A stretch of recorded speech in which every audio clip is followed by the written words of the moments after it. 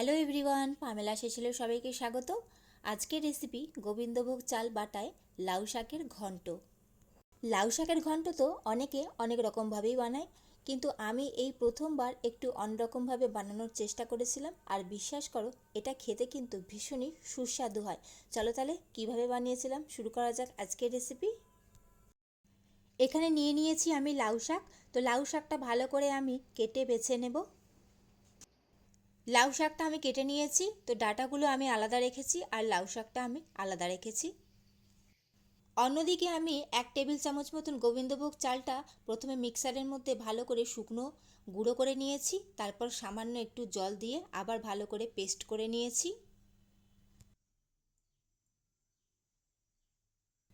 অন্যদিকে কড়াইতে তেল গরম করতে বসিয়ে দিয়েছিলাম, আর তেলটা গরম হয়ে গেছে। এখন এর মধ্যে আমি কয়েকটা বড়ি ভালো করে লাল লাল করে ভাজা করে নেব। আমি এখানে মটর ডালের বড়ি ইউজ করেছি, তোমরা যে কোনো বড়ি ইউজ করতে পারো। বড়িটা ভাজা হয়ে গেছে, এখন বড়িটা আমি তুলে রেখে দিয়েছি। এখন ওই তেলের মধ্যে আমি একটা শুকনো লঙ্কা আর একটু কালো জিরে ফোড়ন দিয়ে দিচ্ছি। ফোড়নটা ভালো করে ভাজা হয়ে গেছে, এখন এর মধ্যে আমি আগে থেকে কেটে টুকরো করে রাখা আলু দিয়ে দিলাম। এখানে যদি তোমরা চাও তাহলে কিছু সবজিও ব্যবহার করতে পারো, তবে লাউ শাকে সবজিটা খুব একটা ভালো লাগে না বলে আমি কোনো রকম সবজি এখানে দিইনি আলু ছাড়া।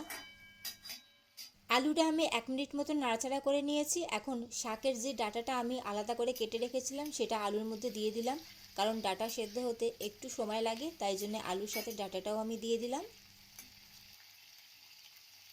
আলু আর ডাঁটাটা ভাজা হয়ে গেছে, এখন এর মধ্যে কিছু গুঁড়ো মশলা দিয়ে দেবো। সবার প্রথমে সামান্য একটু হলুদ গুঁড়ো, এর সাথে একটু জাস্ট সামান্য লঙ্কার গুঁড়ো, আর সাথে পরিমাণ মতো নুন দিয়ে দিলাম। এগুলো ছাড়া আমি এখানে আর কোনো রকম মশলা কিন্তু একদম ব্যবহার করিনি, খুবই কম মশলায় বানিয়েছি।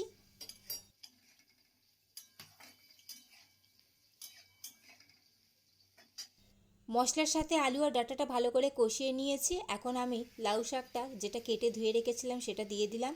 আর এই সময় কিন্তু লাউ শাক থেকে প্রচুর পরিমাণে জল বেরোবে, তো এখনই আমি কোনো রকম জল একদম অ্যাড করব না।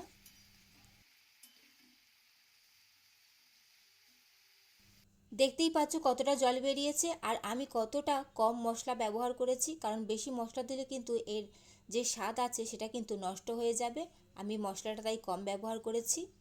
এখন ভেজে রাখা বড়িটা আমি হাত দিয়ে গুঁড়ো করে নিয়েছি, সেটা আমি দিয়ে দিলাম, যাতে আলু শাকের সাথে বড়িটাও সুন্দরভাবে সেদ্ধ হয়ে যায়। কারণ এইবার যে বড়িটা আমি ব্যবহার করছি সেটা সেদ্ধ হতে একটু সময় নিচ্ছে, একটু শক্ত, তাই আমি আলুর সাথে দিয়ে দিলাম বড়িটাও। এখন সামান্য একটু জল দিয়ে দিচ্ছি আর ঢাকা দিয়ে আমি সেদ্ধ করে নেব। আর লাউ শাক সেদ্ধ হতে কিন্তু বেশি সময় একদমই লাগে না, 5 থেকে 10 মিনিট এনাফ একেবারে। আর যেহেতু আলুটা ভাজা করে নিয়েছি তাই বেশি সময় একদম লাগবে না। 10 মিনিট বাদে ফিরে এসেছি, আর 10 মিনিট বাদে সমস্ত কিছু সুন্দরভাবে সেদ্ধ হয়ে গেছে। এখন খুন্তির সাহায্যে আমি একটু মাখা মাখা করে নেব, আলুগুলো একটু ঘেটে দেব যাতে শাকটা একদম মাখা মাখা হয়ে যায়। এখন আমি এর মধ্যে দুটো কাঁচা পাকা লঙ্কা দিয়ে দিলাম। রান্নাটা কিন্তু খুব তাড়াতাড়ি হয়ে যায়, মাত্র 10 মিনিটের ভেতরেই কিন্তু আলু শাক সমস্ত কিছু সেদ্ধ হয়ে গেছে। এখন খুন্তির সাহায্যে আমি সমস্ত কিছু একটু ঘেটে ঘেটে দিয়েছি।